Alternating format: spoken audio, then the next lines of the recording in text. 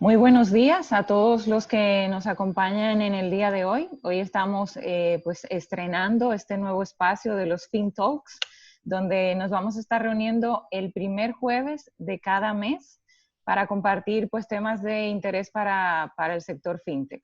Esto no es un webinar, ojo, no es un webinar, es un espacio que queremos crear pues para poder, un espacio interactivo donde podamos participar, digamos, toda la comunidad iberoamericana. Ya en la Alianza FinTech Iberoamérica somos 16 asociaciones y cámaras representando pues toda la región y pues decidimos crear este espacio donde todos podamos compartir experiencias y conocimientos alrededor de temas que nos interesan. Y empezamos pues con nuestro pregunta existencial de regular o no regular, ¿no? Así que empezamos con este tema de la regulación como catalizador del ecosistema FinTech iberoamericano. Y hoy nos acompaña pues un panel de lujo, definitivamente. Las fintech somos disruptivas, así que yo voy a empezar presentando al caballero en esta ocasión. Tenemos a Diego Herrera, que es Financial Market Leads Specialist del Banco Interamericano de Desarrollo. Tenemos a Laura Clavijo, que es directora de innovación de la Superintendencia Financiera de Colombia. Rocío Robles, que es cogestora de la Ley FinTech de México. Y tenemos a Ingrid Bars, que es directora ejecutiva de AVE Fintechs, que es la Asociación Brasileña de Fintechs. Así que hoy, bueno, pues vamos a aprovechar este panel que definitivamente pues trae mucha experiencia y muchos conocimientos. Y aquí pues les dejé digamos, unas reglas que simplemente para que todo sea más armonioso, y es dejar nuestros micrófonos en silencio si no vamos a estar hablando, para evitar ruidos que puedan causar alguna interrupción. Si tienen preguntas, las pueden ir colocando en el chat, y de todas formas al final pues tendremos una sesión de preguntas y respuestas. Y definitivamente el que necesite pues un café para disfrutar la conversación, que lo vaya buscando y lo tenga a mano. Así que nada, para empezar el diálogo, quizás pudiéramos conversar un poco sobre pues la situación que estamos viviendo ahora mismo con el tema de la pandemia. Y lo que hemos visto es que definitivamente se ha evidenciado que el financiamiento alternativo es necesario pues para llegar a las poblaciones más remotas, a esas poblaciones que no cuentan con acceso a los servicios financieros tradicionales. Entonces, pues quisiera quizás hacer una pregunta hacia todos los panelistas para poder comenzar esta conversación. Si sienten que la región está preparada para promover regulatoriamente a la industria de tecnología financiera. Vamos a empezar pues con nuestro caballero. Bueno, muchas gracias. Primero, pues muy complacido de tener el honor de estar con este panel de gente tan conocedora del tema. Y pues efectivamente yo creo que la pandemia ha venido cambiando muchos de los hábitos de los consumidores, no solamente en el ámbito financiero, también pues como todos lo hemos vivido, la cultura de la comida, el transporte, etcétera, etcétera, todo se ha visto afectado por la pandemia. Y yo pensaba anoche, pues que esto es como las novelas de Isaac Asimov, ¿no? La realidad supera a la ficción. Y yo creo que lo que se ha visto es que tanto los negocios como las personas pues se han visto un poco obligados a utilizar en particular medios de pago digitales por dos razones fundamentales. Una, pues es que las transacciones se están haciendo casi todas de manera remota. Y la segunda, pues si es el caso de una transacción física, pues ya hemos visto en varias regiones que los billetes no son bien recibidos. Eh, Temas similares también ocurren así, digamos, muy parecido con el crédito. Y los gobiernos, pues también cuando empezaron a hacer los programas de garantías y subsidios direccionados, se empezaron a dar cuenta que ir físicamente a las sucursales bancarias les iba a dejar un liability por los riesgos de salud que podían correr las personas, pero también porque había la posibilidad de usar la tecnología. Sin embargo, la adopción digital en la región no es tan alta como se pregona, y creo que ese es un aspecto que debemos trabajar todos. Y creo que hay dos temas que quisiera mencionar en donde debemos trabajar desde el punto de vista regulatorio, todos. Y como decía mi abuelita, hasta en las mejores familias. Yo creo que el primero es el onboarding digital, o como me enseñó el superintendente de Colombia, abordaje digital. Yo creo que ahí hay una serie de complejidades que estamos actualmente estudiando, que pasan, por ejemplo, por las características de los tipos de identidad que hay en la región. Eh, en la región pasamos del espectro de identidades meramente digitales, con características biométricas en algunos países, a identidades que son solamente un papel con una foto. Y ese es el espectro, digamos, que tenemos en la región, pasando por todos los intermedios que hay ahí. Y eso hace difícil el abordaje digital en algunas jurisdicciones. También pues está el tema de las arquitecturas institucionales, por ejemplo, registros civiles que están muy aparte del tema financiero, etcétera, etcétera. Entonces, rápidamente, yo creo que ahí hay un trabajo gigantesco que tienen que hacer los reguladores financieros, en el que tienen que liderar. Y el segundo tema, pues, es el atraso que tenemos en las regulaciones y específicamente en las infraestructuras de pagos al detalle o pagos retail, especialmente para las personas. La pandemia ha hecho necesario acelerar en este objetivo, y creo que hay un trabajo importante no solo de reguladores, sino de los bancos centrales. Es caro montar estas infraestructuras, pero es más caro tener la economía estancada, y simplemente decir que en FinTech LAC, en conjunto, desde luego con las plataformas FinTech representadas por la Asociación FinTech Iberoamérica y los reguladores, estamos trabajando en los dos temas.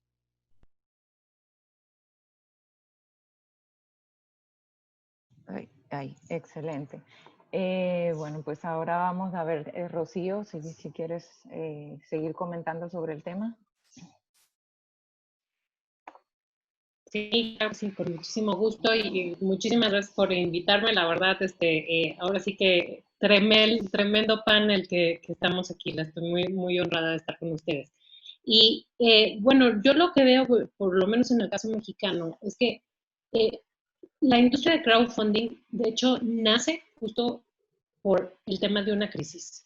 O sea, nace internacionalmente en la crisis de 2008, justo porque pues las entidades financieras tradicionales no estaban llegando a cubrir las necesidades de financiamiento que tenían pequeñas y medianas empresas, incluso pues, personas normales. Y yo creo que este va a ser otro momento en que la industria crowdfunding puede aprovechar, ¿no? Para pues, ser un catalizador del financiamiento. Y más que regulatoriamente, si algo se tiene que hacer, ¿no? En México, digamos que las condiciones regulatorias ya están dadas, ¿no?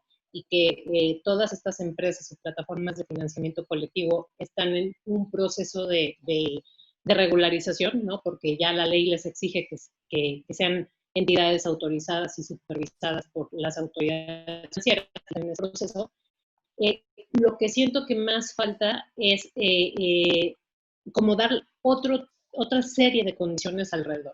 Diego mencionó una, obviamente, que es el onboarding digital. FinTech sin onboarding digitales pues, simplemente no funciona, ¿no? Pero pues, siempre hay como riesgos asociados a todo eso, que es, pues, ¿qué tal si se te mete un malo? ¿Qué tal si hay un defraudador por ahí?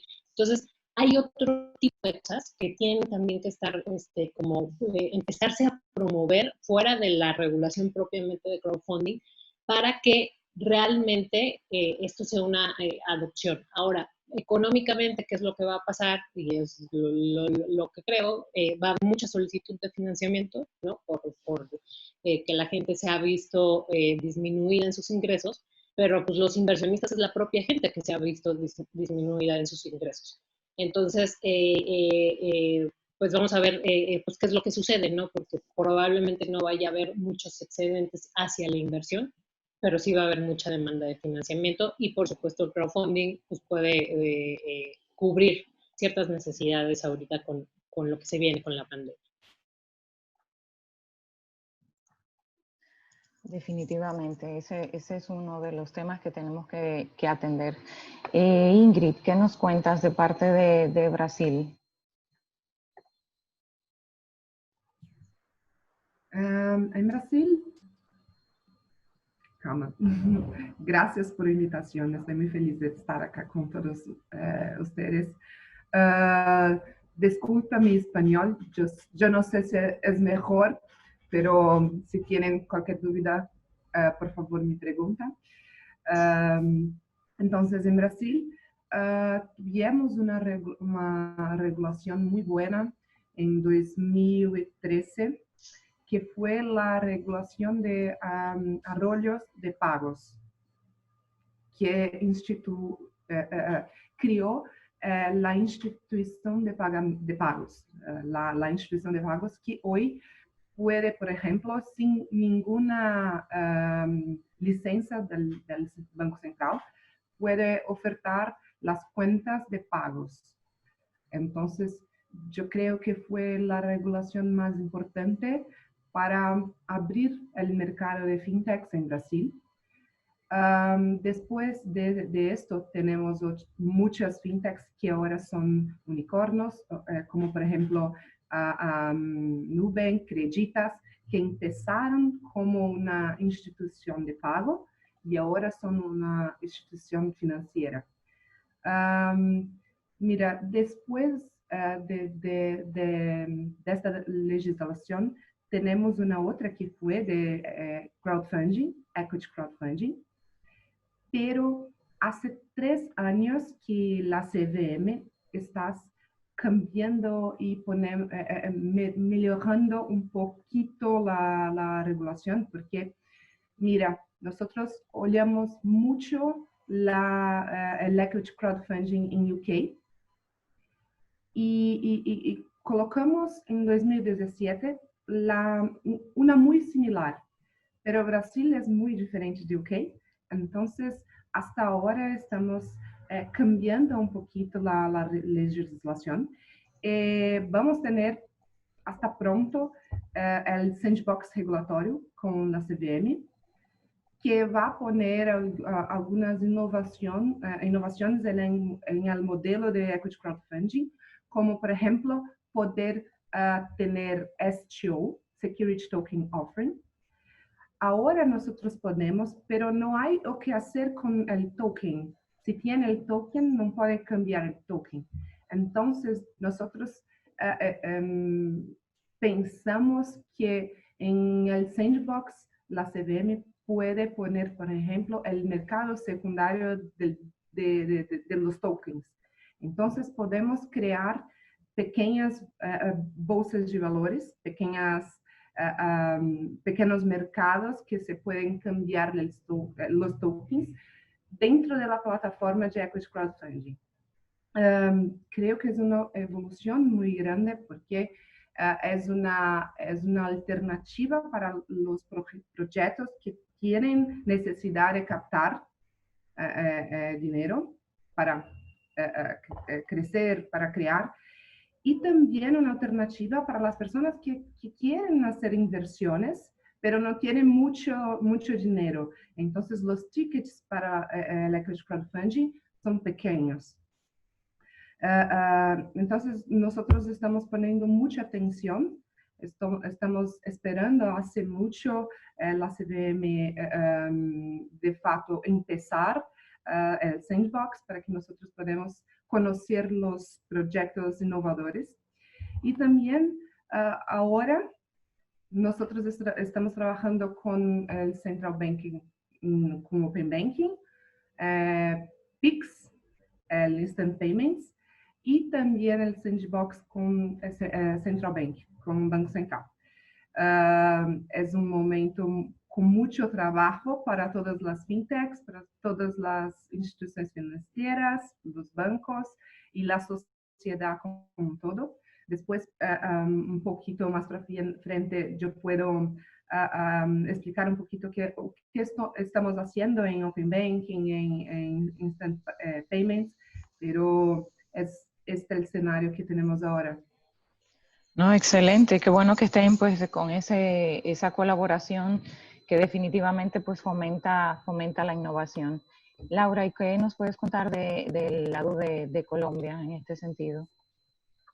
Bueno, agradecerles el espacio también, un panel de lujo y qué bueno compartir las experiencias de países líderes en algunos aspectos regulatorios como es México y Brasil. Nosotros en Colombia, desde la Superintendencia Financiera, hace 2 años implementamos una iniciativa para promover y facilitar la innovación financiera en el sector financiero y principalmente no nos quedamos únicamente en la discusión de qué permitía el marco regulatorio desde ese punto de inicio, sino que quisimos tratar de acercarnos al ecosistema. Y con eso, pues, digamos, hemos ido habilitando y dando las discusiones que tienen que ver como con cambios regulatorios más profundos a medida que vamos avanzando en entender las necesidades de las fintech, las necesidades de las entidades financieras en su transformación digital y pues por supuesto un marco regulatorio para fintechs que son vigiladas por la Superintendencia Financiera. Entonces creo que creemos firmemente que ha sido una estrategia exitosa en el sentido en que hemos podido acercarnos a la industria, tener las conversaciones al tiempo que vamos pavimentando el camino regulatorio que sin duda es largo, complejo y que se beneficia muchísimo de tener conocimientos de primera mano con estos actores. Entonces, un ejemplo de ese camino que hemos recorrido fue, nosotros arrancamos con un sandbox del supervisor desde la superintendencia para probar si esto era un camino interesante, si iban a llegar entidades interesadas en aplicar y experimentar, ver qué llegaba, si realmente la tecnología y la innovación, digamos, podía, digamos, beneficiarse de ese espacio. Y luego, digamos, de 2 años de operar con ese sandbox del supervisor, al tiempo fuimos dando las discusiones y logramos enmarcar dentro de una ley que ya fue aprobada y se encuentra, digamos, en su proceso de reglamentación, lo que ya es un sandbox regulatorio de más amplio alcance. Entonces, eso es un ejemplo de cómo no nos quedamos frenados desde el ámbito regulatorio y de supervisión a esperar a tener un engranaje regulatorio que al final, como tal vez lo mencionan algunas de las personas acá, tampoco es perfecto, porque es difícil, digamos, uno poder tener un marco regulatorio que se acopla a la realidad de cada país, se acopla a las necesidades, digamos, empieza a entrar en contravía de algunas, digamos, disposiciones ya existentes. Entonces creo que ese camino que siempre es constante y se va retroalimentando de la industria a través de nuestro hub de innovación, con nuestras entidades vigiladas, donde siempre estamos, digamos, abiertos a tener ese diálogo y poder también permitirles experimentar ciertas cosas que eventualmente ajustamos la norma para poder hacerlo, como son temas relacionados con tecnologías como códigos QR, cloud computing, temas en pagos, temas relacionados pues con todo, digamos, ese ecosistema.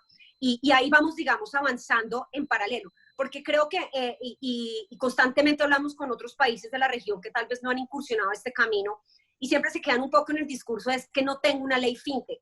Sin duda, digamos, tener ese marco regulatorio que habilita modelos innovadores, como son algunos, digamos, estos sistemas de pagos, como son equity crowdfunding, que nosotros también, digamos, tenemos ya el marco regulatorio que lo habilita, pues quedarse en ese punto de inicio no permite realmente afianzar las oportunidades que trae la tecnología y el rápido paso de la innovación.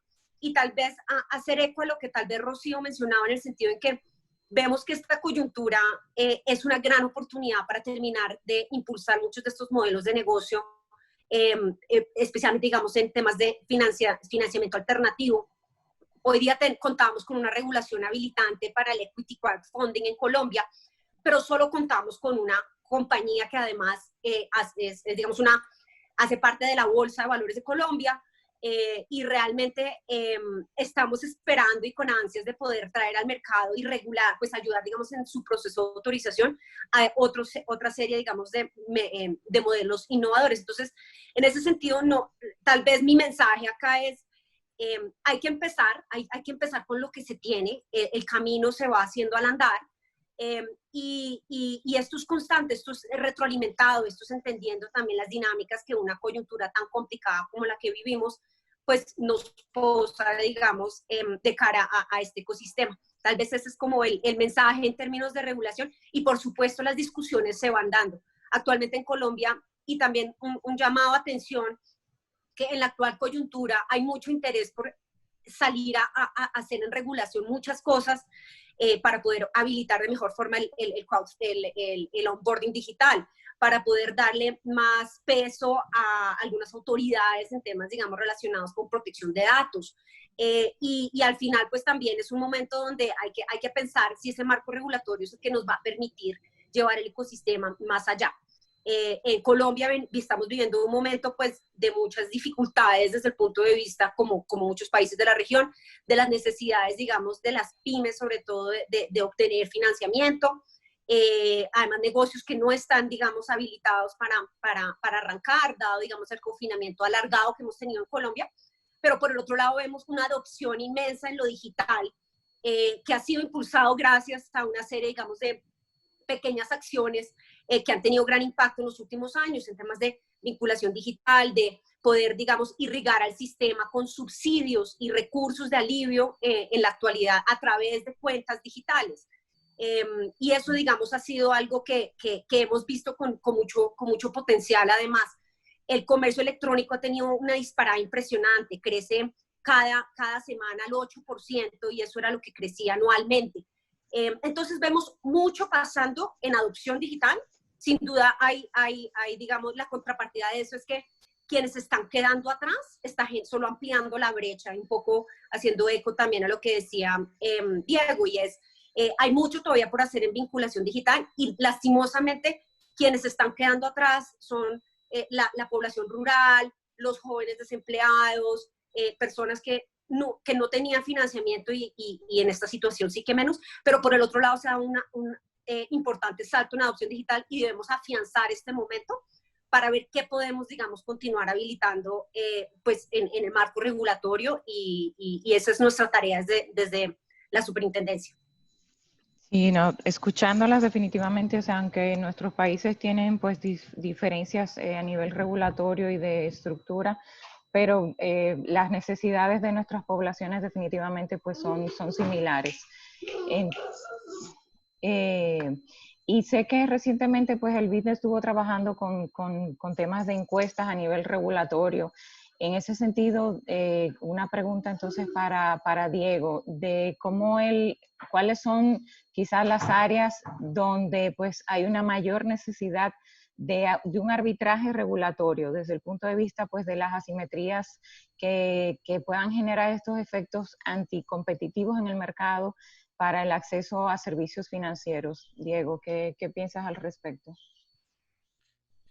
Bueno, a ver, yo ahí lo que veo pues es primero una necesidad efectivamente de regular ciertas de las actividades. Y a uno, digamos, en teoría de negociación siempre le enseñan que es más fácil negociar cuando hay dos partes, pero aquí hay múltiples partes, desafortunadamente. Y eso hace, como lo mencionaba Laura, la labor del regulador y del supervisor mucho más difícil. Por lo menos desde la perspectiva macro hay tres partes, ¿no? Digamos, están los incumbentes, el sector financiero tradicional, que, digamos, desde su visión lo que piden pues es una regulación similar a la que le implantan a ellos para los diferentes verticales de fintech. Por otra parte, pues obviamente están las plataformas de fintech, y creo que ahí hay algo que es muy importante y en donde yo sí he visto una evolución inmensa, y es que las plataformas se han dado cuenta que es necesaria la regulación. Y un poco de repente cuando ayer hablaba con alguien externo a esta conversación de estos temas, me decía la regulación nunca ayuda a desarrollar ningún mercado. Y yo le decía, tiene toda la razón, pero lo que muestran los datos es que particularmente en Latinoamérica y con base en la encuesta que hicimos nosotros, pues hay una correlación entre el desarrollo del mercado y el desarrollo de las regulaciones. Entonces, yo creo que las plataformas tienen unos modelos de negocio y unas formas que son distintas de entregar productos que no son las mismas del sector financiero tradicional, y que se necesita regulación si se cumple al menos con una de 3 condiciones. Primero, pues que se manejen recursos del público o que se lleven a cabo actividades que requieran la protección de consumidores. Segundo, que se generen riesgos sistémicos o idiosincráticos, es decir, que haya un riesgo que genere una entidad en particular que sea significativo, pero que no sea sistémico. Lo otro, pues que si las actividades pueden generar afectaciones, digamos, a la transparencia, eficiencia o competencia en los mercados, pues debe haber algún tipo de intervención. Entonces, las plataformas han entendido que la regulación es necesaria. Hace como 4 años, cuando sacamos el primer reporte en conjunto con la Universidad de Cambridge, el 60% de las plataformas consideraban que la regulación no era necesaria. Y en el último reporte que sacamos, que emitimos en abril de este año, el 60% de las plataformas consideraban que la regulación era necesaria.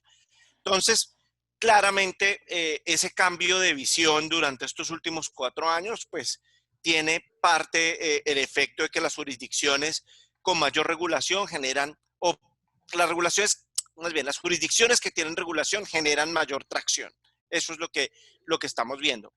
Y hay una tercera parte que son los reguladores y supervisores financieros que, como lo ha demostrado Colombia, como lo ha demostrado Brasil, por ejemplo, en el tema de pagos, con lo que se comentaba hace un rato del PIX. Obviamente México, con quien empezamos a trabajar por allá cuando precisamente Rocío estaba en la comisión hace 5 años, pues todas las jurisdicciones han venido haciendo un trabajo importante en tratar de entender los modelos de negocio, en tratar de entender de qué se trata, lo que hacen las plataformas, y creo que ese esfuerzo ha rendido frutos y pues lo estamos viendo en las regulaciones que han venido apareciendo en la región. Entonces, yo creo que además pues está el tema del COVID que ha venido, digamos, presionando activamente al sector privado y a los reguladores para que se muevan hacia tener que regular y hacia tener que implantar infraestructuras que son necesarias para que el fintech pueda funcionar. Y creo que inclusive, por ejemplo, al sector privado lo que uno ya empieza a ver más son convenios entre plataformas fintech y entidades del sector tradicional, como por ejemplo en el caso de pagos y bancos, plataformas de pagos y algunos de los bancos comerciales en Colombia, movimientos hacia la regulación de crowdfunding, como está pasando en Perú. Ayer vi la agenda regulatoria de la Superintendencia de Mercados de Valores y ya tienen a crowdfunding como una parte de la agenda para regular en el año que viene. Entonces, creo que si tuviéramos un pecking order, yo diría que lo primero que habría que regular serían las plataformas de pagos digitales. Lo segundo serían las plataformas de crédito, digamos, en términos de la urgencia, de la emergencia, pero yo creo que en general todo hay que regularlo de alguna forma, o por lo menos debe haber alguna supervisión que permita la protección del consumidor, y eso incluye, y aquí voy a decir algo muy claramente, y es las plataformas de criptoactivos, y en particular la negociación de las plataformas de criptoactivos como antigua víctima de un robo de una plataforma de criptoactivos. Y eso es todo lo que tengo que decir al respecto. No, excelente. Esa visión pues nos ayuda. Como conoces toda la región, pues es algo que de verdad nos aporta bastante. En ese sentido, pues temas regulatorios, siguiendo en ese mismo tenor, la siguiente pues la quiero hacer hacia Laura y Rocío. Y es para ver cómo han visto ustedes pues el tema de los areneros regulatorios, de los sandbox. ¿Cómo involucrar en este proceso de arenero a las empresas que no tienen todavía una vigilancia directa de parte de los supervisores financieros? Porque sabemos que pues todavía hay muchos mercados que no cuentan pues con digamos esa ley fintech que tienen en México y con algunas regulaciones que tienen tanto en Colombia como en Brasil. ¿Cómo ven ustedes este tema del arenero regulatorio en el caso de, pues, de esas empresas que todavía no están bajo la vigilancia? Laura. Gracias. Pues eso es una, digamos, y recontando un poco el tema que les mencionaba de cómo nosotros arrancamos con un sandbox del supervisor, y nos fuimos dando cuenta, uno, que tenía atracción, dos, que existía un gran interés de parte de fintechs no vigiladas por atender o utilizar ese espacio. Y volviendo un poco a lo que decía Diego, a nuestras oficinas llegan fintechs que dicen, yo quiero ser vigilada por ustedes, ¿qué tengo que hacer para ser vigilada por la Superintendencia Financiera? Creo en la transparencia y reputacionalmente me va a ser beneficioso, digamos, contar con estar bajo su vigilancia. Entonces, muchos han venido al arenero queriendo, digamos, hacer parte de ello. En la actualidad, nuestro sandbox del supervisor, y siempre nos mantuvimos bajo, digamos, la sombrilla de lo que nosotros vigilamos y lo que las facultades legales existentes nos permiten, y en ese sentido poder acoger a fintechs no vigiladas en ese espacio, pues digamos que salía un poco del marco legal que teníamos. Razón por la cual nos fuimos a dar las discusiones pensando en qué podemos hacer para estas compañías, y eso quedó, digamos, plasmado en un artículo de una ley del 2019 que está en proceso de reglamentación final, que va a permitir la constitución de empresas innovadoras, permitiéndoles tener un certificado de operación temporal para aprobar, digamos, sus modelos de negocio innovadores en el marco del sandbox. Ahí es un sandbox de mayor alcance, un sandbox regulatorio, y en ese sentido, digamos, estamos como moviéndonos hacia allá. Nosotros, digamos, tenemos como tres formas o dos formas que hemos tratado de acoger a las fintech no vigiladas por la superintendencia. Una cosa es que nosotros promovemos la colaboración con nuestras entidades vigiladas. Nosotros no nos quedamos únicamente en abrirle las puertas a las fintech pensando que iban a salvar el mundo y que son disruptivas y que van a poder, digamos, llegar a la base de la pirámide, que finalmente pues es uno de nuestros objetivos de inclusión financiera. Nosotros entendimos que también tocaba apoyarla e impulsar la transformación digital de nuestros incumbentes. Y en ese sentido, una cosa que hacemos es promover la colaboración entre fintechs y entidades vigiladas por la superintendencia, que es un mundo excelente porque la fintech trae la innovación, la tecnología, tal vez pensar fuera de la caja, pero la entidad vigilada trae el marco regulatorio, la gestión de riesgos, y reputacionalmente pues tiene, digamos, la clientela para poder, digamos, masificar esas innovaciones. Entonces, en el marco del arenero hemos logrado acoger a fintechs de la mano de entidades vigiladas, que ha sido un gana-gana porque la fintech, digamos, ha permitido mantener, digamos, cierta flexibilidad, sobre todo aquellas que no están necesariamente buscando regularse porque la regulación no se los obliga, y las entidades vigiladas han logrado migrar a esa cercanía con la tecnología. Y ahí tenemos algunos casos implementados de sandbox con fintechs de la mano de incumbentes. En el segundo línea donde nos estamos moviendo tiene que ver con lo que les mencionaba de la constitución de empresas innovadoras, y es aquellas entidades que llegan a nuestras oficinas y están en interés, dado su modelo de negocio, a hacerse vigiladas, poder tener una conversación con ellas para que el proceso de autorización se acorde a sus necesidades, con mayor flexibilidad, tratando de entender, digamos, por qué su situación de fondeo es diferente, por qué exigirle a una pequeña startup de cinco personas muy enfocadas en tecnología, deben tener revisor fiscal, oficial de cumplimiento, junta directiva, suplentes, todo el marco de autorización de las instituciones sigue siendo para la entidad financiera tradicional. Y en eso vemos, digamos, una disyuntiva muy grande, y esa es una línea de trabajo que venimos realizando desde la superintendencia, en entender las necesidades de licenciamiento de estas entidades, tener las conversaciones al interior de la superintendencia para que empiecen a cambiar, digamos, un poco la forma de aproximarse a estos modelos, porque nada hacemos teniendo un marco regulatorio para estos nuevos modelos de negocio con el mindset de la entidad financiera tradicional. Sabemos que ahí no va, digamos, a llegar la innovación que creemos puede y está en el mercado. Son esas dos líneas donde nosotros estamos, digamos, trabajando. Qué bueno, que ese es un buen punto que mencionas. O sea, debe de haber proporcionalidad en la regulación, pero definitivamente hay que cuidar pues que no haya barreras de entrada para las fintechs, porque si no, entonces estaríamos limitando un poco toda la innovación. Rocío, te voy a ampliar un poquito las preguntas. Aparte del tema del arenero, quisiera, en base a tu experiencia, porque muchas fintechs piden esa regulación, pero en el caso de ustedes, la regulación, ¿tú entiendes que ha frenado la innovación o la ha incentivado? O sea, en el caso de la experiencia de México, con el tema de la ley fintech, ¿realmente detonó o desaceleró al sector fintech? ¿Qué recomendaciones darías quizás a otros reguladores en ese sentido? Sí, bueno, pues muchas gracias.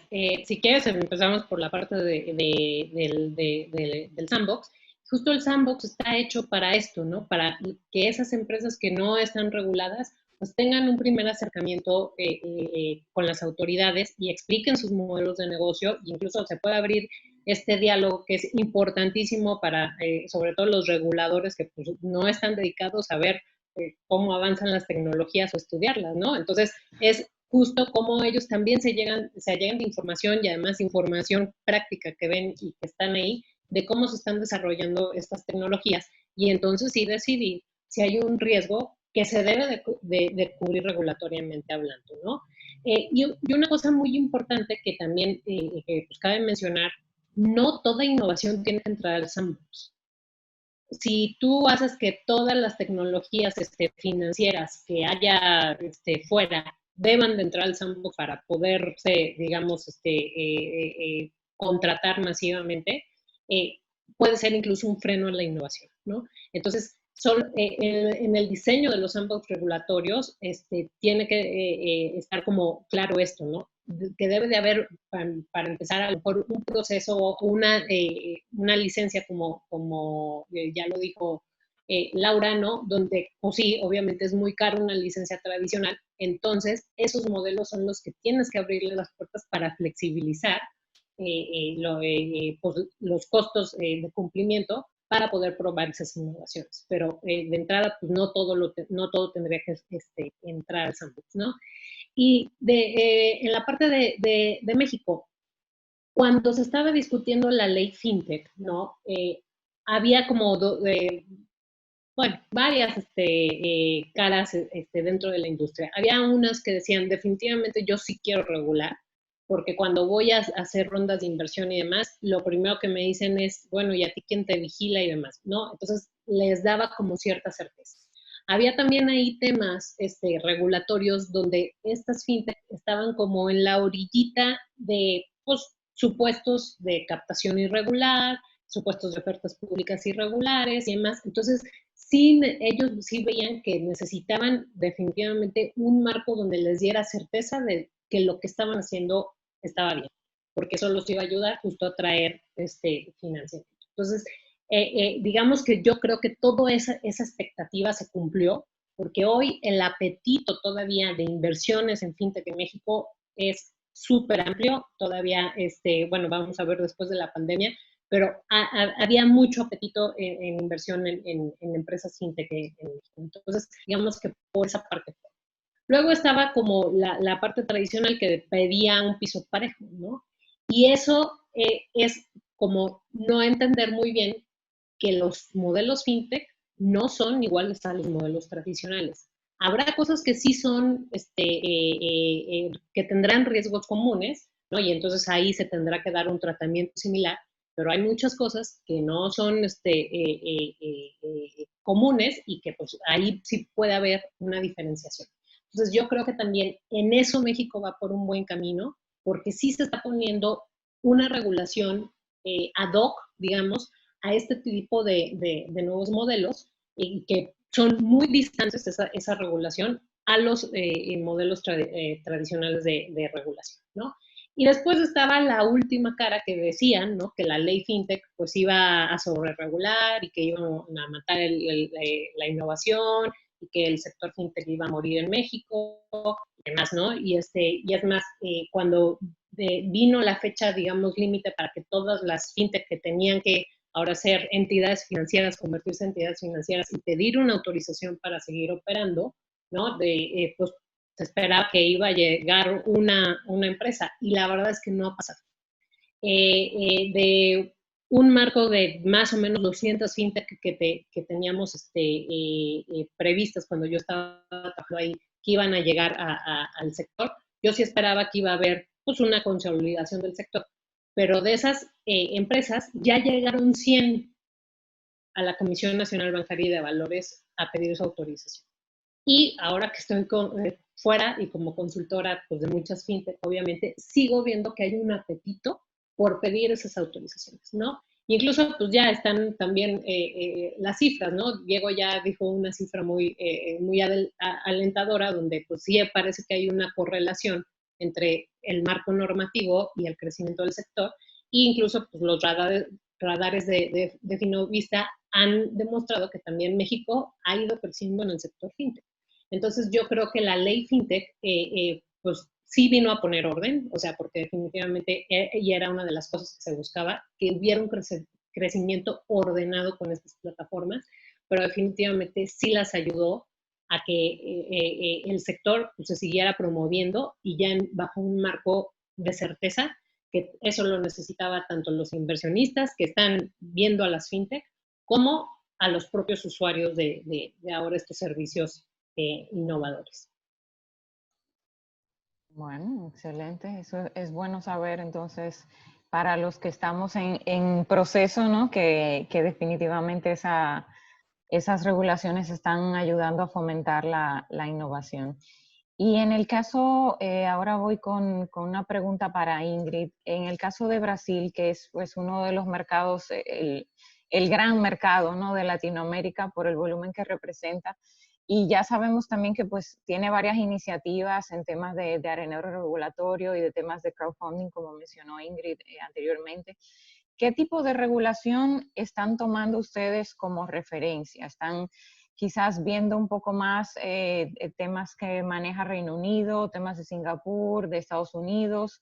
¿Cuáles están tomando ustedes para, digamos, para poder ir articulando toda la regulación en Brasil, Ingrid? Sí, antes de responder su pregunta, yo quiero hablar sobre una cosa aquí, por ejemplo, todas las veces que hablamos sobre regulación, las personas, creo que más en Brasil, pero piensan en licencia. Pero cuando podemos tener una regulación y la persona, el fintech, no necesita de una licencia. Entonces, la regulación son las reglas. No necesariamente tengo que tener una licencia, tengo las obligaciones que una licencia tiene que tener. Entonces, yo veo en Brasil que es muy difícil empezar una fintech con una licencia. No solamente, por ejemplo, por el valor de la licencia, por ejemplo, 2 millones de reales, 1 millón de reales, más también porque hay un operativo muy robusto. Tiene que tener una área de compliance, una área operacional, una diretoría para estas áreas, una persona responsable por seguridad. Entonces, no es porque no tiene licencia que no tiene reglas y que no tiene que cumplir las reglas muy bien. Voy a dar un ejemplo. En Brasil nosotros tenemos una regulación para correspondiente bancario.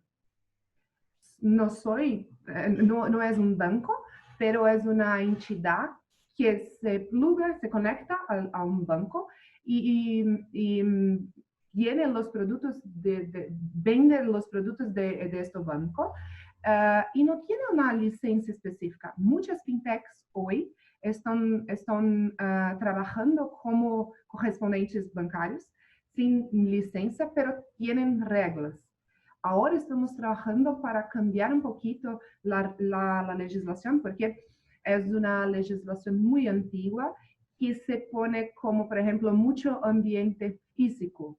Entonces, las agencias tienen tiendas para los correspondientes y ahora las fintechs ponen todo esto en el digital. Entonces, estamos trabajando con un regulador para poner el ambiente digital, 100% digital, dentro de la legislación de correspondente bancario. Pero no es una licencia. Tiene reglas, pero no tengo, por ejemplo, que aplicar para una licencia con el regulador, poner dinero para tener la licencia. Entonces, es muy importante el elencar la diferencia, porque muchas veces cuando la fintech en Brasil dije, no tengo licencia, todavía no tengo licencia, las personas pueden pensar que, entonces está fuera de la ley, no estás correcta, no estás formalizada. Y no podemos pensar así. Y ahora las discusiones de regulación que nosotros tenemos con Banco Central y también con CVM sobre Open Banking, por ejemplo, es muy, ¿cómo puede decir? Nosotros estamos olhando muy para UK, que pasó en Open Banking UK y que está pasando en Open Banking UK, porque todavía no finalizó, todavía no llegó a 100% de la población utilizando muy bien el Open Banking. Y algunas cositas el Banco Central en Brasil cambió para nuestro momento y nuestra situación, como por ejemplo el Banco Central en Brasil, ellos optaron solamente a hablar con asociaciones, cámaras representativas, diferente do que se passou em UK. Em UK, ellos hablaron con todos los players, todos los bancos, fintechs, financieras. Acá no, acá en Brasil el Banco Central, yo pienso que es muy buena idea, porque aquí en Brasil tenemos 40 asociaciones de bancos, Febraban, BBC, y de fintechs, como por ejemplo AB Fintechs. Y ahora en el Consejo Deliberativo del Open Banking tenemos como 9 asociaciones que están distribuidas en 6 caderas, que tienen el mismo poder de voto. Entonces, ahora vamos a deliberar la legislación con el mismo peso, muy diferente de lo que se pasó en UK. Pero todo nuestro Open Banking fue mucho inspirado en UK. En verdad, los directores de Banco Central se fueron muchas y muchas veces para UK para aprender, para estudiar, ahora poner en Brasil. Para, por ejemplo, pagamentos instantâneos, instant payments, PIX, hay una mistura muy grande porque tenemos, por ejemplo, India, tenemos China muy desarrollada con relación a instant payments, haciendo trabajo excepcional. Yo tuve oportunidad de viajar para India con Itamaraty en un cuerpo diplomático, Brasil-India, para conocer el ambiente de pagos instantáneos en India. Y ellos están haciendo un excelente trabajo hace más de 10 años. El primer paso de pagamentos, instant payments en India, se quedó 10 años atrás, cuando ellos empezaron el ID único. Entonces, la consolidación de todos los IDs, las identidades, los números de la población para un único número. Yo no sé en Latinoamérica, pero en Brasil nosotros tenemos muchos números sociales, RG, CPF, el PIS. Entonces, si pone todo esto en una clave, es muy fácil hacer, por ejemplo, poner junto el enderezo, el teléfono, biometría digital, facial. Entonces, esto fue el primer paso para instant payments, porque ahora si no tiene una cuenta, que también pone en el ID único, no tiene una cuenta en un banco, India crea una cuenta en el State Bank of India. Entonces, ahora tenemos 96% de la población en India con el ID único y con una cuenta en un banco. Entonces, el problema de la bancarización también puede ser resolvido. Y creo que tanto India quanto China es muy importante para los pagamentos instantáneos en Brasil, pero también haz un estudio. Yo creo que diferente de Open Banking, que es OK, en Instant Payments es una combinación de varias iniciativas e inovaciones que están se pasando alrededor del mundo. Y, por ejemplo, para Sandbox, la idea de Sandbox también viene de UK, pero con una tropicalización para Brasil, porque somos muy diferentes de UK en este sentido. Y también yo creo que en Brasil nosotros partimos del Sandbox por regulador. Entonces tenemos un Sandbox para el Banco Central, un Sandbox para CVM, un Sandbox para las fintechs, por ejemplo, de seguros, insurtechs. Y yo pienso que en UK tenemos un sandbox para todos los temas. Entonces son las diferencias que estamos haciendo acá, pero espelhadas en UK y en otros países que están ayudando mucho. Y pienso también que Open Banking está muy avanzado. Creo que va a ser el primer proyecto que vamos a poner alive in place, porque el Open Banking, las instituciones tienen que se adecuar, tienen que se adaptar. El Instant Payment, el Banco Central, la lógica del Banco Central en Brasil tiene que cambiar, el sistema de pagos del Banco Central tiene que cambiar. Entonces, yo creo que el desafío para Instant Payments es un poquito más grande de lo que para Open Banking, pero los dos son muy grandes y yo comparo la situación que estamos viviendo acá ahora con la situación del Plano Real hace muchos y muchos años atrás, hace más de 20 años atrás, 30 años atrás, cuando había mucho problema de inflación y cambiamos nuestra moneda para el real y hasta ahora estamos con real y fue un gran proyecto del Banco Central. Pienso que ahora estamos viviendo esto de nuevo, un gran tsunami de innovaciones financieras para poner toda la sociedad con acceso financiero y también acceso a crédito, en buen acceso financiero. Bueno, interesante. Definitivamente sí, lo que es Asia y África pues son una referencia en temas de masificar, ¿no? Masificar soluciones que masifican pues el acceso, como dices, a una identidad única, a temas de pagos, eso es súper, súper importante. Y creo que definitivamente Reino Unido es una referencia para todos en ese sentido. Y qué bueno que podamos pues tomar pinceladas y poder tropicalizar, como dices, ese tipo de acciones que van haciendo ya en UK. Y bueno, en base a esto que comentas, pues me gustaría quizás preguntarle a Diego, que pues tiene pues esa imagen a nivel internacional, ¿qué tipo de regulación fintech, siempre pues hablamos de Reino Unido, cuál ha resultado ser pues la más conveniente para promover la inclusión financiera y una referencia a nivel latinoamericano?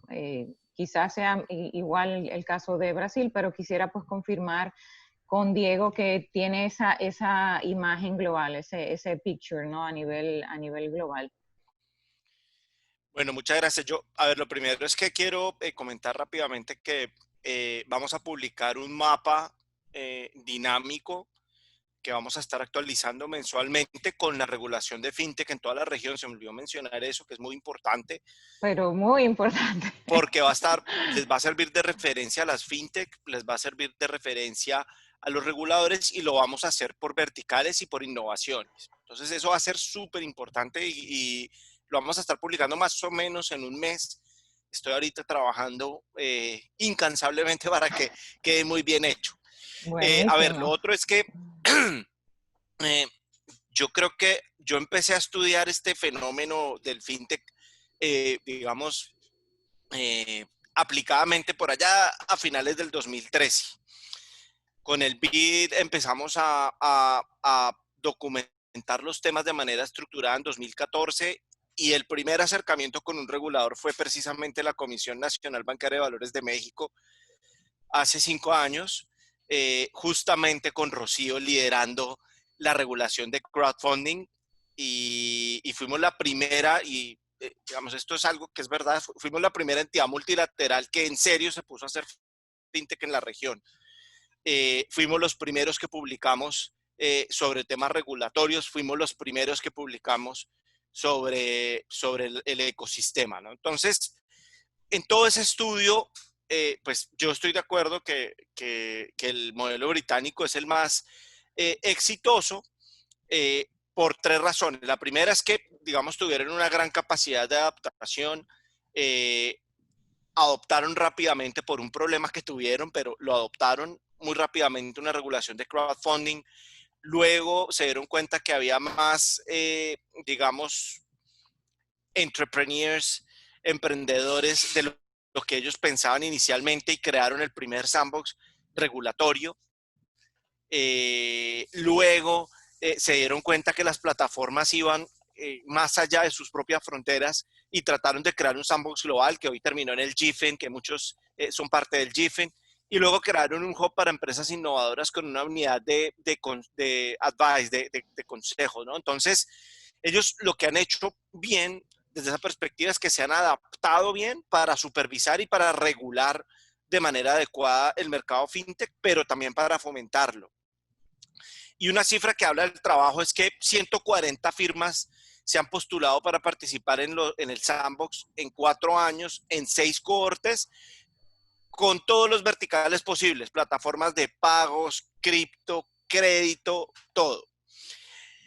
La segunda característica es que han creado capacidades internas. Entonces, han contratado personas que antes eran de plataformas o del sector tecnológico, han estudiado ellos mismos las plataformas y los modelos de negocio de forma seria y se han sentado de verdad a entender los modelos de negocio del ecosistema fintech. Y tercero, que se complementa con esta característica, es que tienen un área completa dedicada exclusivamente a las plataformas fintech y big tech. Y eso lo que ha llevado es a que, en conjunto con la característica anterior, pues han creado más especialización y entendimiento de las plataformas. Entonces, desde esa perspectiva, creo que es el modelo más exitoso. Otros mencionan, como pasó anteriormente en el caso de pagos, a India y a China. Otros mencionan el caso de Singapur, que yo creo que es el menos comparable con nuestra región, pero pues ahí están, ¿no? Y todo el mundo mira a Singapur y dicen, oh, Singapur. Pues resulta que su modelo pues es difícil de adaptar para nuestra región. Y entonces viene el problema para la región. ¿Cuál es el modelo que más necesariamente, más fácilmente, digamos, se podría replicar en la región? Entonces, lo primero que yo tengo que decir al respecto, y esto se lo he repetido incansablemente a los países con los que he trabajado y siempre fue mi principio desde que empecé con este tema de apoyo a los países en 2015 con México, y Rocío puede dar fe de ello, es que siempre les dije, por favor, miren su ecosistema. Por favor, entiendan cuáles son sus fintechs.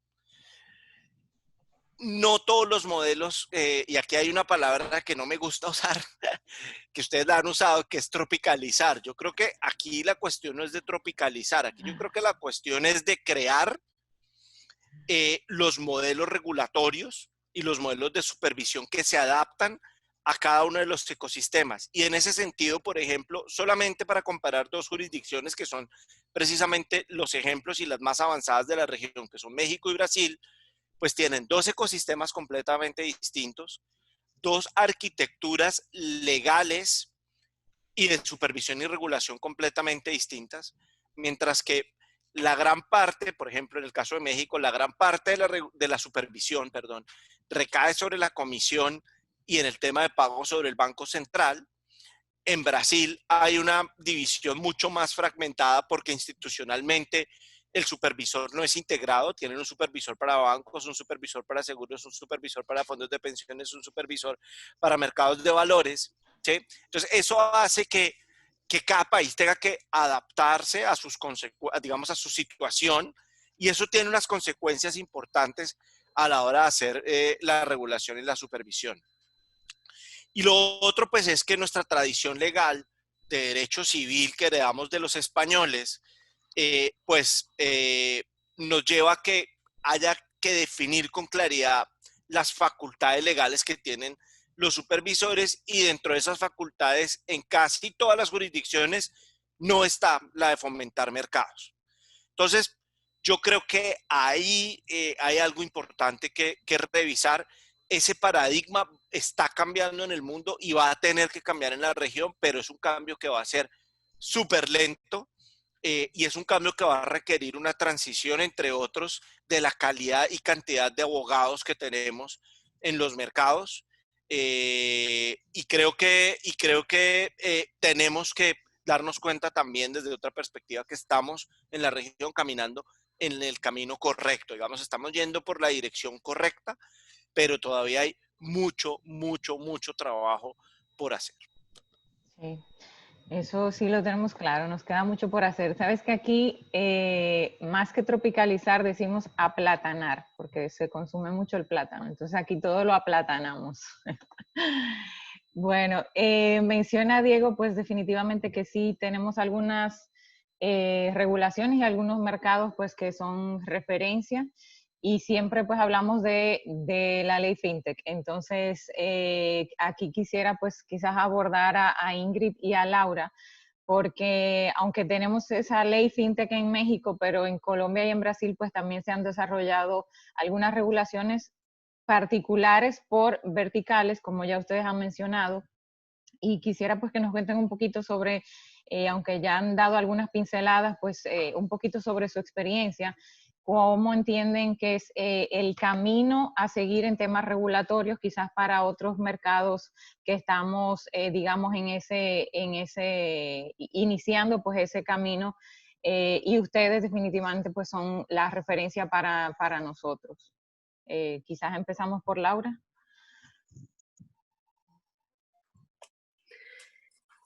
Y tal vez el punto, como también lo menciona Diego, es cada país viene de un lugar diferente.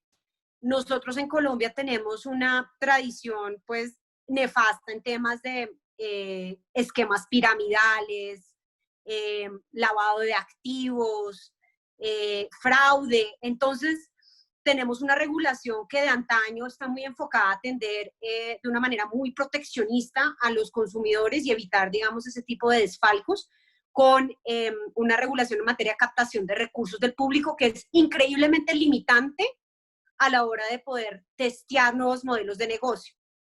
Brasil creo que es diferente, hasta ciertos montos no requieren una licencia. Entonces, cuando nosotros en regulación hablamos de licencia, estamos atendiendo una necesidad profunda en materia de limitaciones que el marco regulatorio existente a nivel de ley tiene en materia de captación de recursos.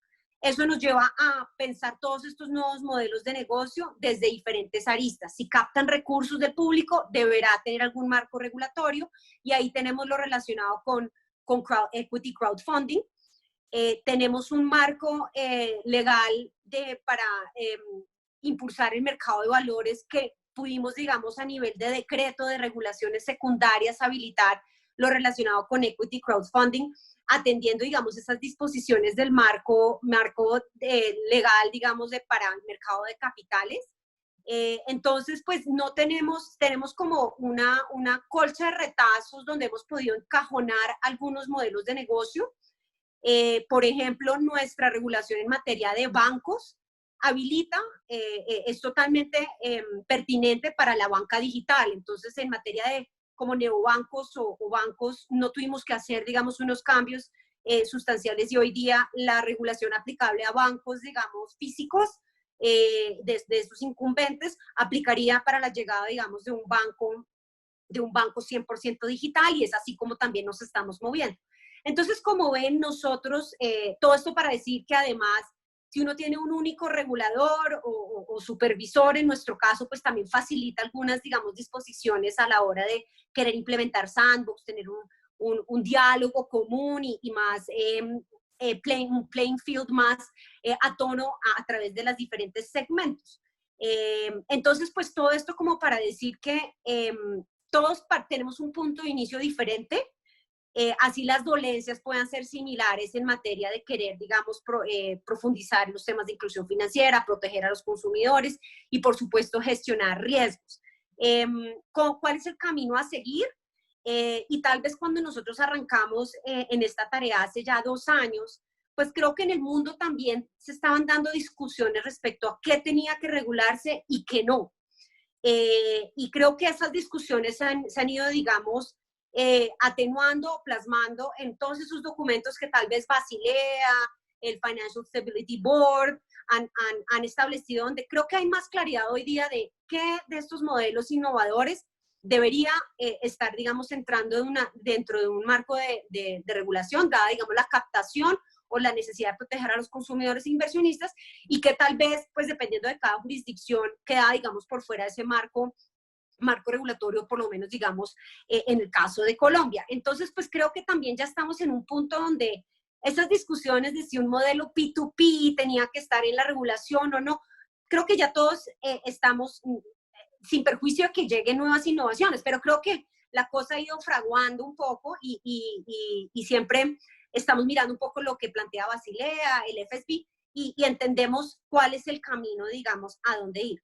En Colombia, ¿qué tenemos todavía, digamos, discusiones como que se siguen dando en este camino? Pues tienen que ver con las plataformas de criptoactivos. Sé que pues la ley mexicana de alguna manera la habilitó. En Colombia, digamos que no hay una restricción per se, porque es una actividad libre y hoy día, digamos, las plataformas de criptoactivos operan de alguna manera en Colombia. Hay una serie de advertencias desde el punto de vista como de lo que mencionaba del fraude, del lavado de activos, que no necesariamente le da la transparencia, digamos, a los actores para poder, digamos, profundizar ese mercado. Hay discusiones para continuar profundizando en ese aspecto. Hay discusiones para ver cómo terminamos de habilitar modelos como el de crowdfunding, el de P2P lending, que repito, también tiene muchas dificultades desde el punto de vista de la captación de recursos. Y ese es como un poco como el camino que nosotros hemos abordado, porque el punto de inicio era diferente. Tal vez, pues no sé, ahorita nos podrá comentar Rocío o Ingrid sobre los otros países, pero nuestro punto de partida fue tratar de ver con la regulación existente qué podíamos habilitar en ese caso, y se trazó, digamos, una hoja de ruta en ese camino. ¿Qué sigue también en nuestra agenda? Lo que tiene que ver con Open Banking. Sin duda, pues estamos todo el tiempo mirando lo que UK pues ha avanzado, lo que México, digamos, plasmó en su ley, y lo que pues ya cuentan que Brasil viene avanzando. Le vemos un enorme potencial. No nos estamos quedando en la discusión únicamente de si necesitamos un marco regulatorio para el Open Banking. Tenemos un marco regulatorio de habeas data que protege muy bien, digamos, los temas relacionados con protección de datos. Entonces tenemos como cierta cimento de alguna manera para tomar como un punto de partida, y más bien estamos volcados a mirar desde un punto de vista más práctico qué implica y qué riesgos existen, digamos, en la misma operación. Así que yo creo que eso también está como en nuestra agenda para los siguientes años. Súper. Bueno, en el caso de Ingrid nos comentó pues que están tomando de referencia a UK y todo tu interesante viaje a la India, y que se están yendo pues por temas de Open Banking y de pagos instantáneos. ¿Alguna recomendación quizás puntual para los países que estamos pues todavía aprendiendo a nivel de temas regulatorios? ¿Tienes alguna recomendación para nuestros reguladores? Mucha responsabilidad tener una recomendación, porque ahora estamos aprendiendo todos juntos. Yo creo que por el tamaño de Brasil, en verdad tiene un volumen muy grande. Pero una cosa, en Brasil nosotros no tenemos una regulación de fintech. Nosotros tenemos regulación para los productos, para las entidades. Tenemos, por ejemplo, la creación de nuevas entidades. Entonces, para Pix tenemos ahora un iniciador de pagos que no existía para hacer parte del conjunto de entidades que van a hacer el Pix. Entonces, no necesariamente una entidad que tiene una licencia es una fintech. Es muy importante porque como directora de una asociación de fintech, muchas entidades llegan queriéndose asociar, pero es una parte de digital de un gran banco. Entonces no es una fintech, pero tiene una licencia que una fintech puede tener. Por ejemplo, la Sociedad de Crédito Directo es una nueva licencia que tenemos en Brasil hasta 2018. Las instituciones financieras tradicionales pueden tener esta licencia también. Es muy barata para ellos, pero no es la licencia que va a transformar la entidad en fintech. Y sí, el modelo de negocio, que es una startup, es una fintech. Entonces, hay muchas discusiones sobre esto, porque fintech en Brasil es una palabra que está, las personas piensan que está en moda, que es fácil tener una fintech, pero no es la realidad, es muy difícil. Es un mercado muy regulado en Brasil, muy regulado, porque tenemos una historia historia económica muy difícil. Entonces es muy regulado. Los reguladores trabajan muy cerca de las instituciones. Entonces, no hay un marco de fintech, hay un marco de startups. Yo soy parte de la Comisión Nacional de las Startups, con la vertical del Banco Central de las Innovaciones de fintech, pero es startups, no solamente fintech, no tenemos ahora una regulación específica para esto. Y mira, yo normalmente hago muchas lives en Brasil, webinars, y es muy importante para la población en especial que ellos tienen conocimiento de lo que pasa con, por ejemplo, banking, pagos instantáneos, porque no es un proyecto de Ingrid, no es un proyecto de AB Fintech, no es un proyecto de Banco Central, es un proyecto de la población para ayudar a desarrollar nuestra economía, ayudar a las familias a tener más conocimiento con relación al mercado financiero, ayudar para que la población tenga acceso a cuentas, a servicios más baratos que tiene ahora. Es muy caro tener una cuenta en Brasil, una cuenta tradicional en los bancos tradicionales. Es como, por ejemplo, para personas 50 reales por mes. Y mira, muchas veces las personas, ellos no ven sentido de pagar una caja para tener una cuenta. Entonces, hay muchas personas sin cuenta. Entonces, los proyectos todos que estamos trabajando mucho en Brasil es para traer la población para adentro, para mejorar la vida de todos. Entonces, es muy importante tener el apoyo popular en las regulaciones, en los proyectos. Tenemos que explicar de manera muy simple o que es Open Banking. Mira, Open Banking tiene un nombre en inglés. Nosotros hablamos portugués y muchas personas no tienen el conocimiento en inglés. Entonces, necesitamos educar la población para que tenemos el apoyo de ellos para cambiar la situación y para que tenemos suceso en los proyectos. Entonces, nosotros, si puedo decir algo, no olvidar del apoyo popular, de la población, porque en final, nosotros que vamos a nos beneficiar con todo. Súper, muy bien. Definitivamente tenemos mucho que aprender. Vamos a hacer ya la última para pasar con las preguntas del público. Diego, hemos mencionado pues muchos países y quisiera quizás que nos comentaras un poquito sobre el caso de España, que bueno, pues parte de nuestra región de Iberoamérica. Sé que están trabajando en tienen definido pues todo el tema del sandbox regulatorio y están a punto prácticamente ya de iniciar. ¿Qué podemos aprender a nivel regulatorio de nuestra hermana España en ese sentido? Bueno, no, a ver, yo creo que como ya lo hemos mencionado, de todas las jurisdicciones hay lecciones que aprender. De España en particular, pues lo primero pues es que tienen el sistema legal y la arquitectura institucional más parecida a lo que se tiene en la América portuguesa y en la América, digamos, de habla hispana. Ellos dieron los primeros pasos en 2014 con una regulación para crowdfunding que fue, digamos, de alguna forma modelo para entender cómo se podría regular el tema. Han avanzado considerablemente en otros temas como pagos y como cripto. Les ha costado implementar el sandbox regulatorio, pero creo que lo van a tener listo muy rápidamente. Y tienen una ventaja que no tenemos nosotros y es que pertenecen a la Unión Europea. Antes de la pandemia ellos ya venían avanzando con regulaciones de varios de los verticales de fintech y la Comisión Europea de hecho instó a los reguladores locales para que repensaran la regulación de fintech porque dentro de los objetivos de la Unión Europea pues hay dos que son fundamentales ahora que son digitalización, uno, y dos, sostenibilidad.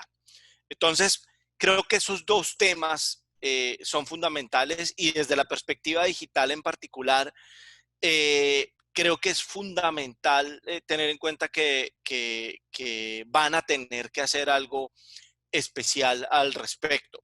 Tenemos algo, digamos, importante desde la perspectiva de pagos que está haciendo Europa y que tiene otra visión digamos, Estados Unidos. Mucha gente dice que las cosas se inventan en Estados Unidos y se regulan en Europa, ¿no? Eso dice mucha gente. Y creo que en particular en el caso del manejo de la propiedad de los datos, la visión europea en donde es el consumidor el que es el dueño de los datos, se enfrenta a la visión americana en donde los datos realmente pertenecen a un mercado, ¿no? Y ahí creo que hay una suerte de definiciones que ha aplicado España, particularmente para el tema de pagos, pero que en nuestra región no están muy claras, hay diversas visiones y afectan otros aspectos distintos a los del sector financiero. Entonces, eh, la definición de la propiedad de los datos va a ser fundamental y creo que hay que aprender no solo de España, sino de Estados Unidos y de otros países de Europa respecto de cuáles son los efectos de adoptar un enfoque o el otro y también respecto del efecto que tiene eso sobre los pagos y la necesaria coordinación institucional que vamos a tener que tener en nuestra región.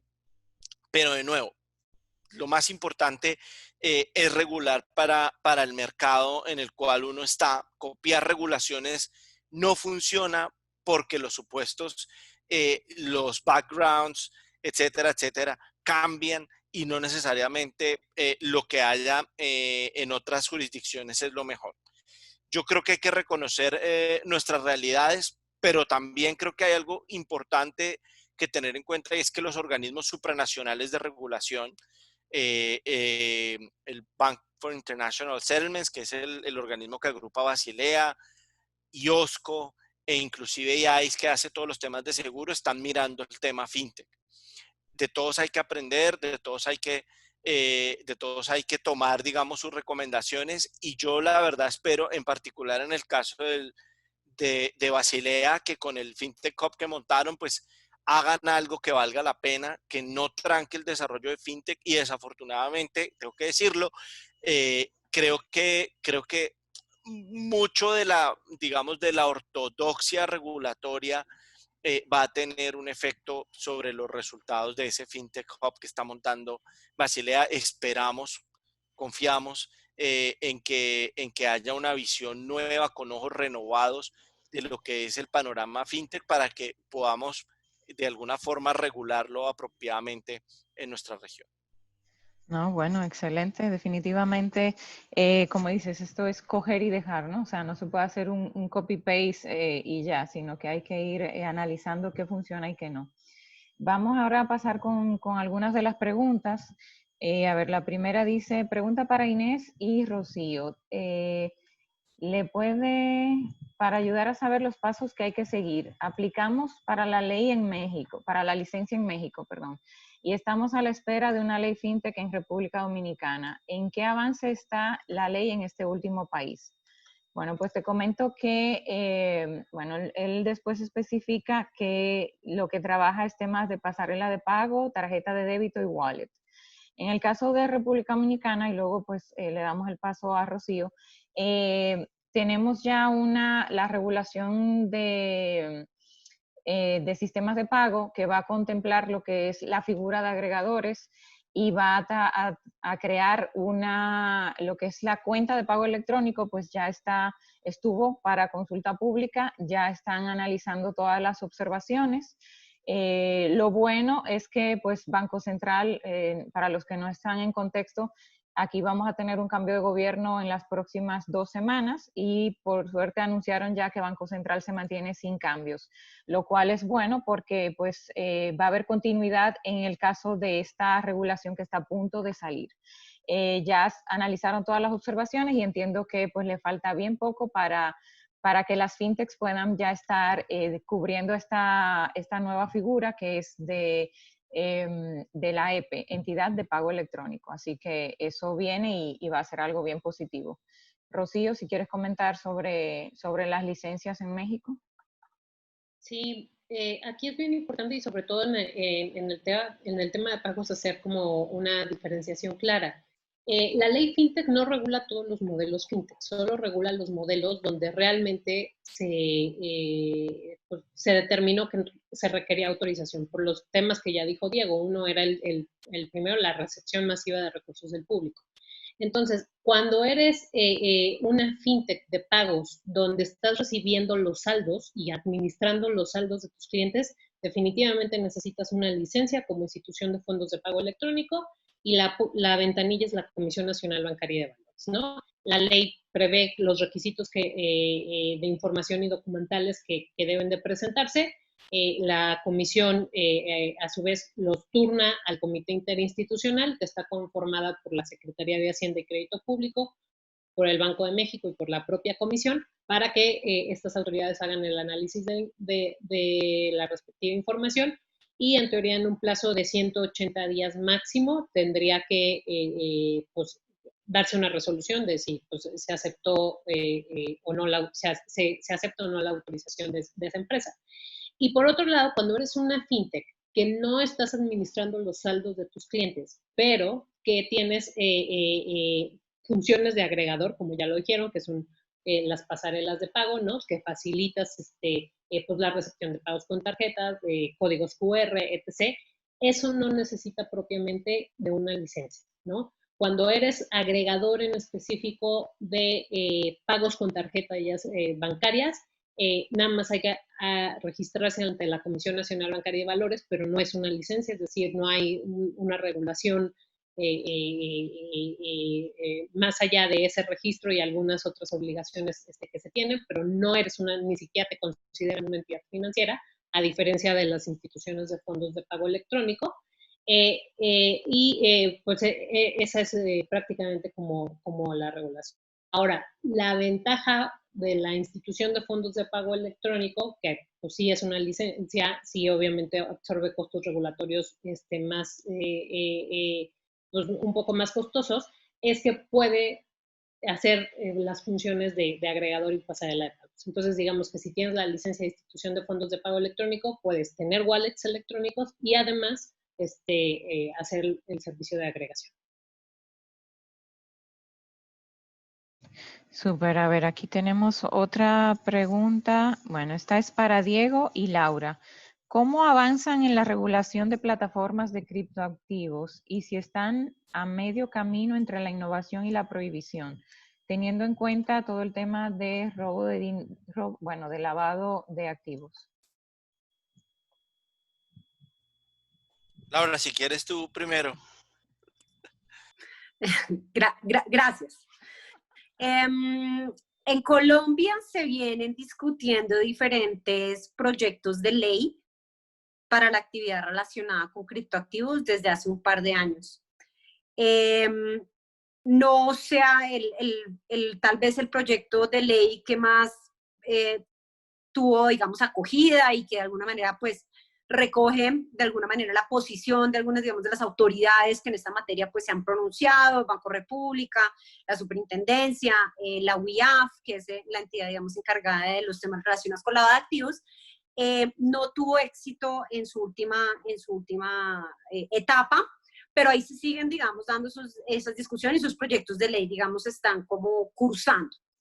Desde hace más o menos 4 años se generó unas mesas de trabajo interinstitucionales con las autoridades que en esta materia, digamos, tienen un papel importante y eso ha ayudado mucho a entender a nivel de las autoridades los riesgos, tener una posición respecto a si esto es un medio de pago o no lo es. El Banco Central determinó que esto era un activo y se viene tratando, digamos, como son criptoactivos. Y esa mesa, digamos, ha tenido una evolución en los últimos años, creo, importante porque ha permitido tener a todas las partes desde las diferentes aristas, desde lo tributario hasta el tema pues, de riesgos, hasta el tema pues, del sistema financiero. Y ha permitido, digamos, tener como una posición no necesariamente unificada, pero sí que sobre la mesa, digamos, se traen las preocupaciones de cada agencia. Así que pues sigue siendo un diálogo andando. Y bueno, desde la superintendencia nosotros en nuestro hub de innovación hemos tenido diferentes conversaciones con las diferentes plataformas, especialmente los exchange, que como repito, hoy día es una actividad libre, no son vigiladas por la superintendencia porque no hay regulación que así lo determine, son sociedades, digamos, plataformas. Sin embargo, pues sí han existido advertencias en el pasado de parte de la misma superintendencia y Banco Central respecto a los riesgos relacionados que ya hemos mencionado. Y en ese sentido existe, como bien lo dice tal vez quien formula la pregunta, entre la innovación y la prohibición nos estamos, digamos, moviendo y también un poco desde el desconocimiento y por eso mesas de trabajo son como tan importantes. Creo que hemos avanzado en este diálogo y hacia allá nos estamos moviendo a ver qué podemos hacer sin perjuicio de lo que van dando un poco a nivel de sus proyectos de ley. Es una discusión andando, existen las advertencias, existen las preocupaciones, pero también existen hoy día unas oportunidades que vemos interesantes. Hoy día Gafi, la autoridad en materia pues relacionada con lavado de activos, ha dejado, digamos, ha plasmado unos lineamientos que para las autoridades que quieran, digamos, aprobar este tipo de actividades, cuál debe ser esa vara y, digamos, esos requerimientos en materia prudenciales y estamos, digamos, muy a tono con lo que está pasando a nivel mundial y con una actividad que finalmente pues en Colombia es grande. La número de transacciones que se hacen a través de plataformas de criptoactivos en Colombia es bastante alto y como autoridades no desconocemos, digamos, que esas transacciones están operando. Estamos encontrando la mejor forma para proteger a los consumidores un poco de los fraudes que se puedan dar. A ver, yo desde la perspectiva un poco más regional, pues vemos solamente 3 jurisdicciones que tienen algún nivel de avance en materia regulatoria de criptoactivos. Yo creo que la mayoría de jurisdicciones lo que han tratado, como lo mencionó Laura, y como de repente Rocío puede complementar, se han enfocado en la regulación y supervisión de las bolsas que transan estos activos. Sin embargo, pues es un tema que yo veo, digamos, difícil de manejar. Hay por lo menos 2 aspectos. El primero es que sin duda alguna hay una falta de información respecto de las razones de los movimientos de los precios de los activos en esas bolsas. Y para un regulador meterse y un supervisor meterse a hacer esa supervisión de algo que es absolutamente exógeno, que es difícil de medir, pues resulta complicado. Y lo segundo, pues es que sin duda alguna hay una necesidad de que ese vertical en particular y las personas que trabajan en ese vertical tengan una mayor claridad a la hora de explicar qué es lo que verdaderamente se hace. Yo creo que no podemos seguir con, con el vocabulario y digamos el mensaje de que es que usted no entiende y que el regulador no entiende y esto, digamos, lo digo porque no soy regulador y lo he visto. Lo que pasa es que usted no entiende, boomer, todo ese tipo de cosas que realmente no aportan nada a la discusión y les enredan la vida. Entonces yo creo que ese lenguaje tiene que cambiar de parte de las plataformas, tiene que haber una mayor claridad respecto al mensaje que se quiere enviar y yo creo que son modelos de negocio válidos, son activos. Al final de cuentas, si uno los mira desde una perspectiva, digamos, más global, pero de nuevo hay que esperar también qué es lo que va a suceder con los organismos supranacionales de regulación y yo pensaría que lo prudente es esperar a que haya ciertas definiciones en el ámbito internacional para poder regularlos de manera adecuada en la región. Y bueno, si me dejas, Inés, hacer ahí un complemento de este aspecto de criptoactivos.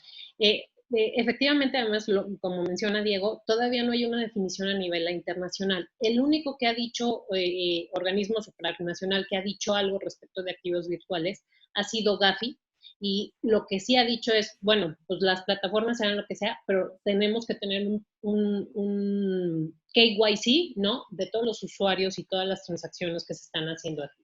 Porque, pues, como ustedes bien saben, esta parte de los criptoactivos, pues, son semi-anónimos, ¿no? O sea, sí puedes dar trazabilidad de todas las transacciones que se están haciendo, pero solo ves un hash, un numerote.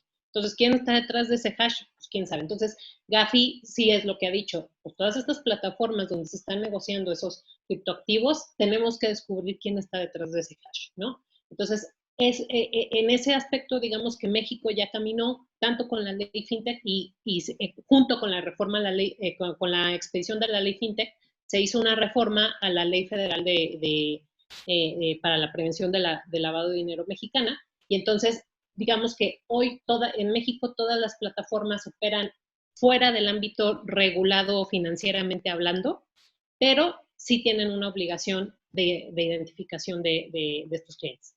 Yo lo que veo en el futuro es que como ha habido muchos abusos en el mercadeo de esto, sí, tarde que temprano se va a acabar regulando cómo se hacen las transacciones ahí, porque hay una manipulación de precios clara, ¿no? Y es más, hace poco una doctora muy reconocida aquí en México le ofrecieron dinero por hacer un artículo para promover una cierta moneda. Y ella obviamente se negó. Pero bueno, son las cosas que están detrás y que no que pues se están haciendo para inflar precios y engañar a la gente.